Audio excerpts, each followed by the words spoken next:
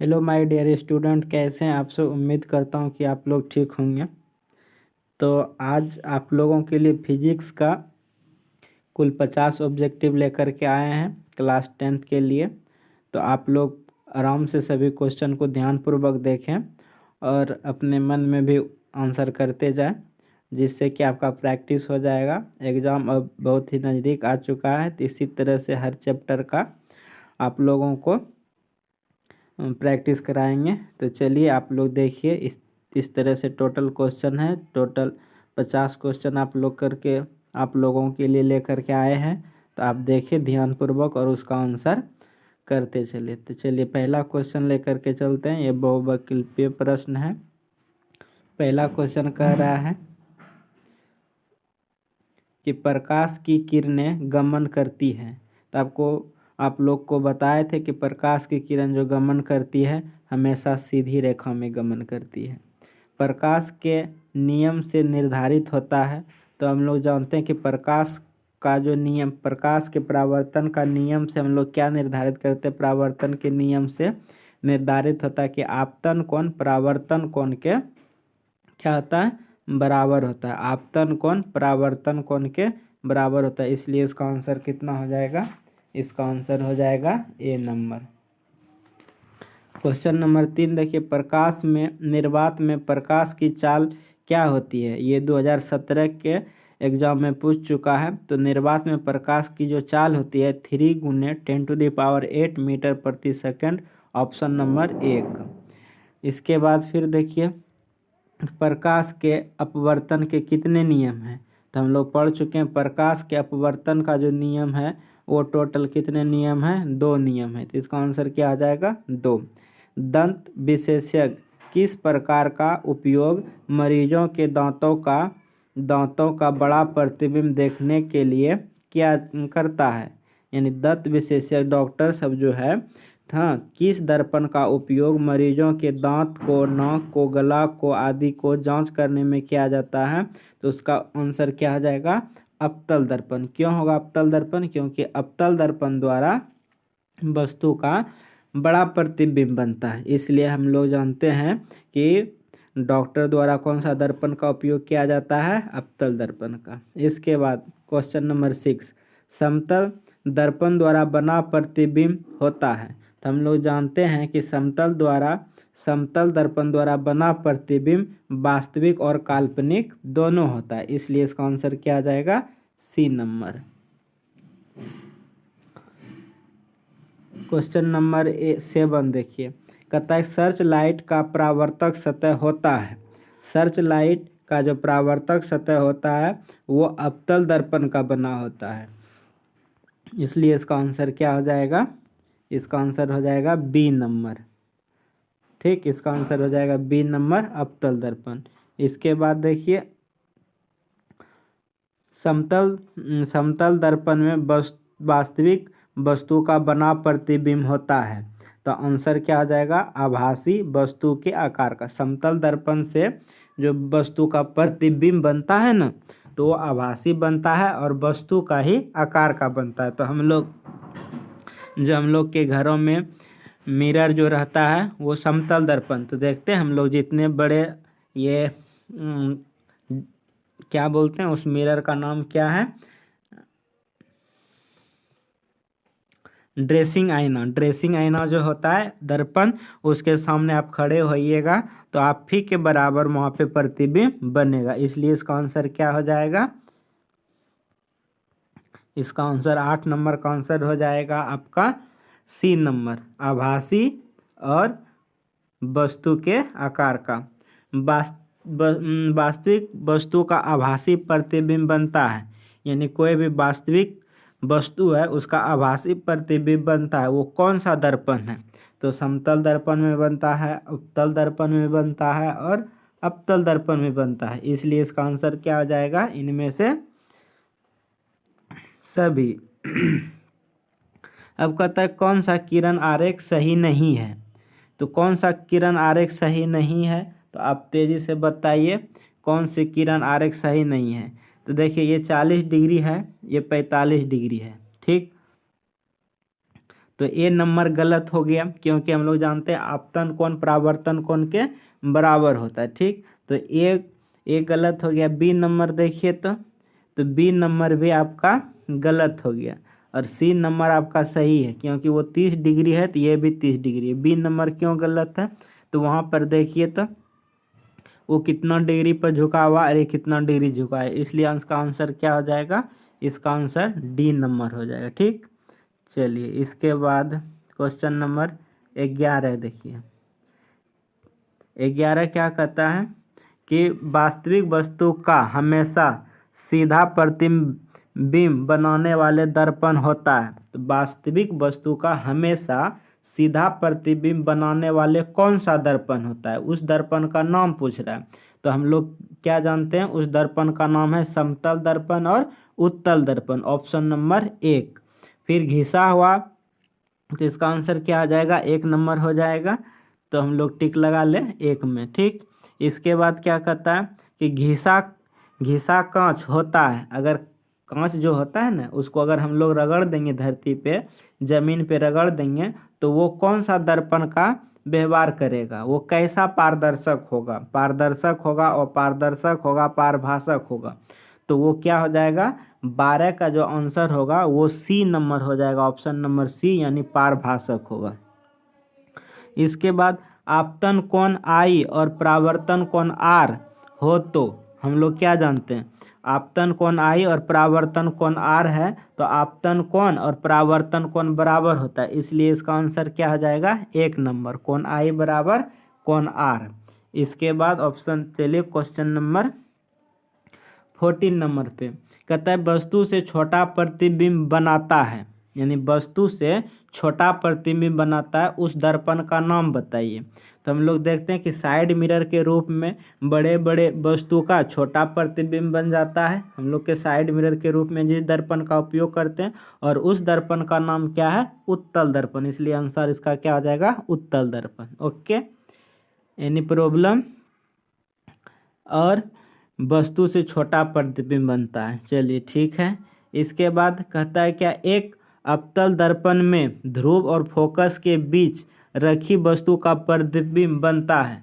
जब अवतल दर्पण में ध्रुव और फोकस के बीच में जब वस्तु को आप रखिएगा तो उसका प्रतिबिंब कैसा बनता है, ये पूछ रहा है। तो उसका, उस वस्तु का प्रतिबिंब जो बनेगा, ऑप्शन नंबर बी, बड़ा आभासी बनेगा, बड़ा बनेगा और आभासी बनेगा, इसलिए इसका आंसर क्या हो जाएगा, बी नंबर। ठीक, मोटर गाड़ी का पार्श्व दर्पण होता है, मतलब मोटर गाड़ी में पीछे देखने के लिए कौन सा दर्पण का उपयोग किया जाता है, वही कहता है साइड मिरर के रूप में प्रयोग किया जाता है, कौन सा दर्पण, तो हम लोग जानते हैं वो हो जाएगा उत्तल दर्पण। ओके, इसके बाद दाढ़ी बनाने में कौन सा दर्पण उपयुक्त होता है, तो 17 का आंसर हो जाएगा आपका सी नंबर, दाढ़ी बनाने में कौन सा दर्पण का उपयोग किया जाता है, तो अवतल दर्पण का। क्यों, क्योंकि हम लोग जानते हैं कि अवतल दर्पण द्वारा जो बना प्रतिबिंब होता है वो कैसा होता है, उसमें वस्तु का प्रतिबिंब बहुत बड़ा बनता है, वस्तु से बड़ा बड़ा बनता है, जिसके कारण हम लोग को बाल जो भी होता है दाढ़ी शेविंग करने के रूप में, तो वो हम लोग को दिखता है, इसलिए हम लोग शेविंग करते हैं तो किस दर्पण का उपयोग करते हैं, अवतल दर्पण का। इसके बाद क्वेश्चन नंबर 18 पर आइए। क्वेश्चन नंबर 18 कहता है कि गोलीय दर्पण में फोकसांतर F और वक्रता त्रिज्या R के बीच संबंध है। ये 2013 में भी क्वेश्चन पूछ चुका है। तो आप लोग जानते हैं कि गोलीय दर्पण में फोकसांतर F और वक्रता त्रिज्या R के बीच क्या होता है, तो F बराबर आप क्या पढ़े थे, R/2। तो ये हो जाएगा, अगर ये है तो ठीक है ना, तो ये हो जाएगा 2F बराबर कितना, R। तो ऐसा अगर कोई ऑप्शन है तो ऑप्शन नंबर बी है, देखिए तो R बराबर 2F, तो ये हो जाएगा आपका कितना नंबर, बी नंबर। ठीक, चलिए इसके बाद कहता है कि F बराबर R/2 सत्य है, तो F बराबर R/2 सत्य है अवतल दर्पण में, उत्तल दर्पण में, समतल दर्पण में। तो आपको F बराबर R/2 अवतल में भी प्रूव्ड किए थे और उत्तल में भी प्रूव्ड किए थे, इसलिए ए और बी दोनों सही है, इसलिए हो जाएगा इसका आंसर कितना, डी नंबर, ए और बी दोनों। इसके बाद क्वेश्चन नंबर 20 कहता है कि आवर्धन m का ऋणात्मक मान बताता है कि अगर आवर्धन m का ऋणात्मक मान हो जाता है, आवर्धन माइनस में हो जाता है, तो इससे आपको क्या पता चलता है? तो इससे हम लोग को यही पता चलता है कि वस्तु के सापेक्ष प्रतिबिंब उल्टा है। अगर हम वस्तु का जो भी प्रतिबिंब बनेगा उसका उल्टा बनेगा। ऋणात्मक से हमको क्या पता चलता है? वस्तु का जो प्रतिबिंब बनेगा वस्तु से क्या बनेगा? उल्टा बनेगा। इसलिए इसका आंसर क्या आ जाएगा? 1 नंबर। चलिए क्वेश्चन नंबर 21 पे। ठीक, 21 क्या कह रहा है कि 20 सेंटीमीटर के फोकस दूरी वाले अवतल दर्पण को सूर्य प्रकाश के सामने रखा जाता है। उसके सामने d दूरी पर रखी माचिस की तिल्ली जल उठती है। तो आप बताइए कि d का मान कितना होगा जो कि वो जल जाता है। तो 20 सेंटीमीटर के फोकस दूरी वाले अवतल दर्पण को सूर्य प्रकाश के सामने रखा जाता है। उसके सामने d दूरी पर रखी माचिस की तिल्ली जल उठती है। यानी कि वो d का मान कितना होगा? ये भी 20 सेंटीमीटर होगा, तो फिर वो माचिस का तिल्ली क्या आ जाएगा? जल जाएगा। इसके बाद क्वेश्चन नंबर 22 देखिए, कहता है फोकस पर अभिसरित करने वाला किरण पुंज परावर्तन के बाद समांतर किरण पुंज में बदल जाता है। बात समझे क्या क्या आया? कह रहा है कि फोकस पर अभिसरित करने वाला किरण पुंज परावर्तन के बाद समांतर किरण पुंज में बदल जाता है। कब बदल जाता है? किस दर्पण में बदलता है? उस दर्पण का नाम पूछ रहा है, तो उस दर्पण का नाम हो जाएगा अवतल दर्पण। हाँ, अवतल दर्पण से भी बदल जाता है और उत्तल दर्पण से भी बदल जाता है। फोकस दूरी पर अभिसरित करने वाला किरण पुंज परावर्तन के बाद समांतर किरण में बदल जाता है। तो ये कौन सा दर्पण होगा? अवतल होगा और उत्तल होगा। इसके बाद देखिए क्वेश्चन नंबर 23 पर। 23 क्या कहता है? वास्तविक वस्तु का वास्तविक प्रतिबिंब नहीं बनता है। वास्तविक वस्तु का वास्तविक प्रतिबिंब नहीं बनता है। वो कौन सा दर्पण है? उस दर्पण का नाम बताइए। तो 23 का आंसर क्या हो जाएगा? 1 नंबर। समतल दर्पण और उत्तल दर्पण में वास्तविक वस्तु का वास्तविक प्रतिबिंब नहीं बनता है, इसलिए आंसर क्या आ जाएगा? 1। अदीप्त वस्तु है। अदीप्त वस्तु हम लोग किसको कहते हैं? कि जिसमें अपना प्रकाश नहीं होता है। जिस वस्तु को अपना प्रकाश नहीं होता है उसे अदीप्त वस्तु कहते हैं। जिस वस्तु में अपना प्रकाश होता है उसे दीप्त वस्तु बोलते हैं।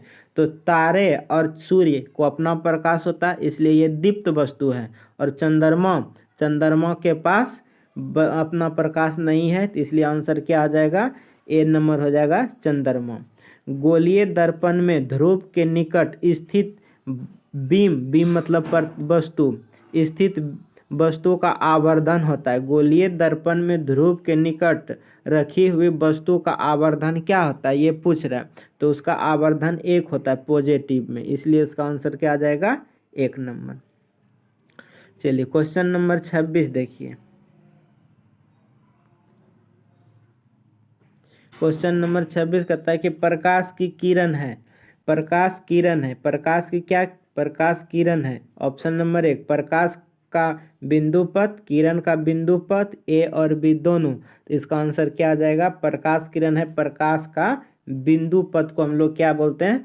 प्रकाश का बिंदु पथ बोलते हैं। प्रकाश की जो किरण इस तरह से जो चलती है प्रकाश की किरण, तो इसको हम लोग क्या बोलते हैं? प्रकाश की बिंदु पथ मतलब रास्ता। प्रकाश की चलने वाले रास्ते को हम लोग बोलते हैं प्रकाश की किरण। इसके बाद आप क्वेश्चन नंबर 27 पे आइए। कहता है किरणों के समूह को क्या कहा जाता है? किरणों के समूह को हम लोग क्या कहते हैं? किरण पुंज कहते हैं। क्या कहते हैं? ऑप्शन नंबर 1 हो जाएगा किरण पुंज। ठीक, अवतल दर्पण के प्रकरण में किसी वास्तविक और उल्टे प्रतिबिंब के लिए आवर्धन होता है। क्वेश्चन समझ में आया? कि अवतल दर्पण के प्रकरण में किसी वास्तविक और उल्टे प्रतिबिंब के लिए आवर्धन होता है। अवतल दर्पण के प्रकरण में तो वो आवर्धन क्या होता है, तो इसका आंसर हो जाएगा ऋणात्मक होता है। आवर्धन कैसा होता है, ऋणात्मक।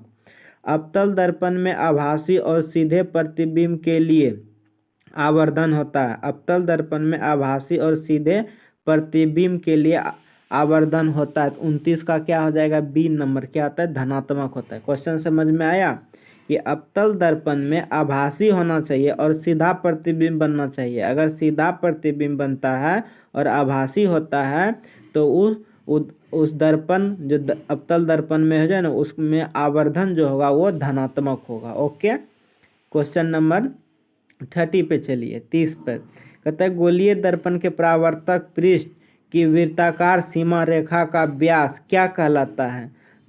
तो 30 का आंसर हो जाएगा आपका डी नंबर, क्या कहलाता है, तो वो कहलाता है आपका गोलीय दर्पण का द्वारक। गोलीय दर्पण का क्या कहलाएगा, गोलीय दर्पण का द्वारक कहलाएगा।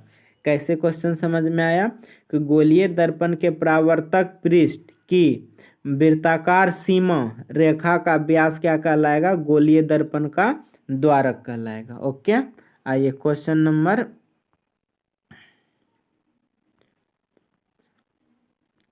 31 देखिए। 31 कहता है कि किसी गोलीय दर्पण के लिए दर्पण सूत्र है। तो दर्पण सूत्र हम लोग जानते हैं 1/v + 1/u बराबर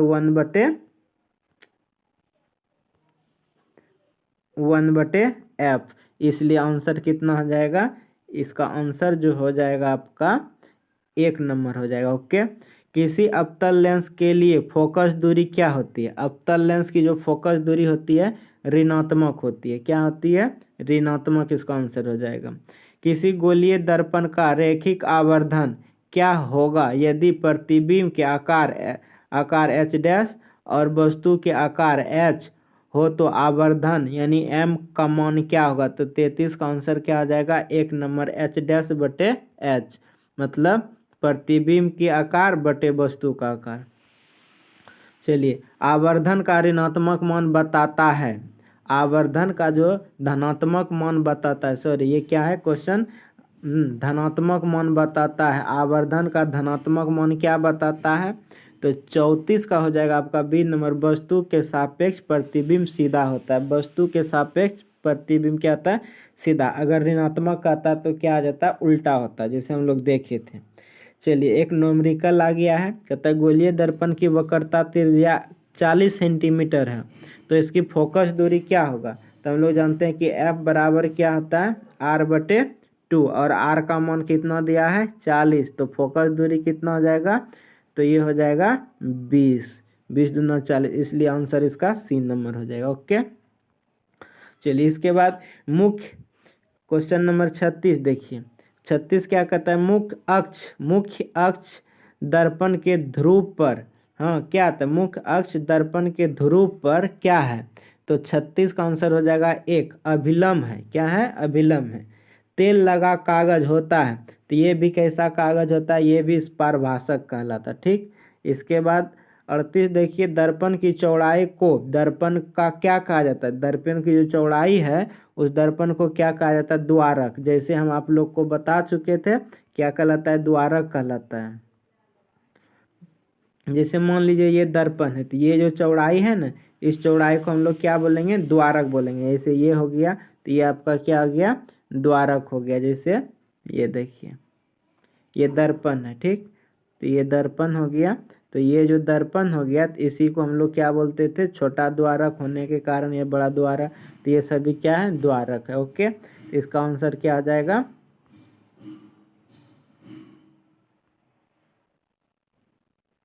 द्वारक हो जाएगा। ओके, चलिए इसके बाद देखिए क्वेश्चन नंबर 39, रोगियों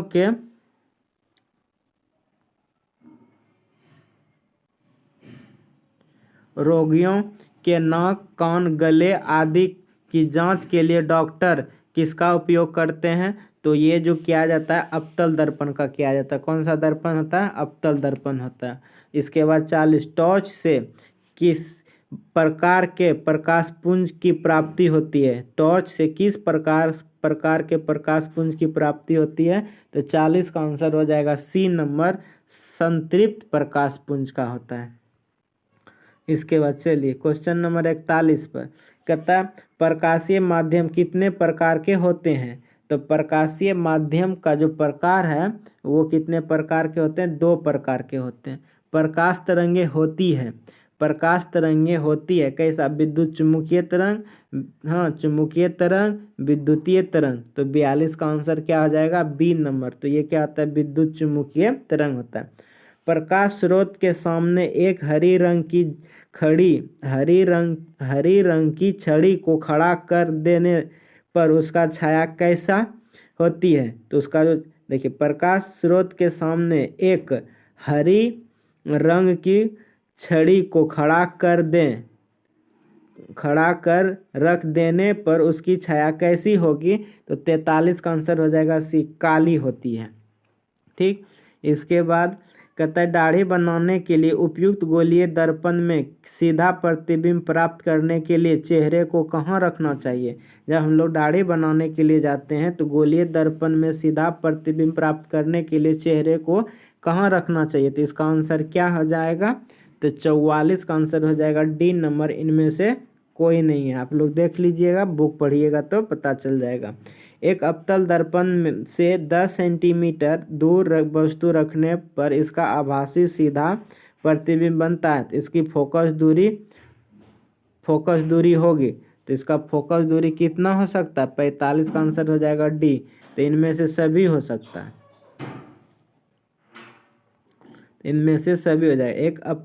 एक अवतल दर्पण से 10 सेंटीमीटर दूर वस्तु रखने पर इसका आभासी सीधा प्रतिबिंब बनता है। इसकी फोकस दूरी क्या होगा? 10, 15, 20 सेंटीमीटर सभी हो जाएगा। चलिए इसके बाद आ जाइए क्वेश्चन नंबर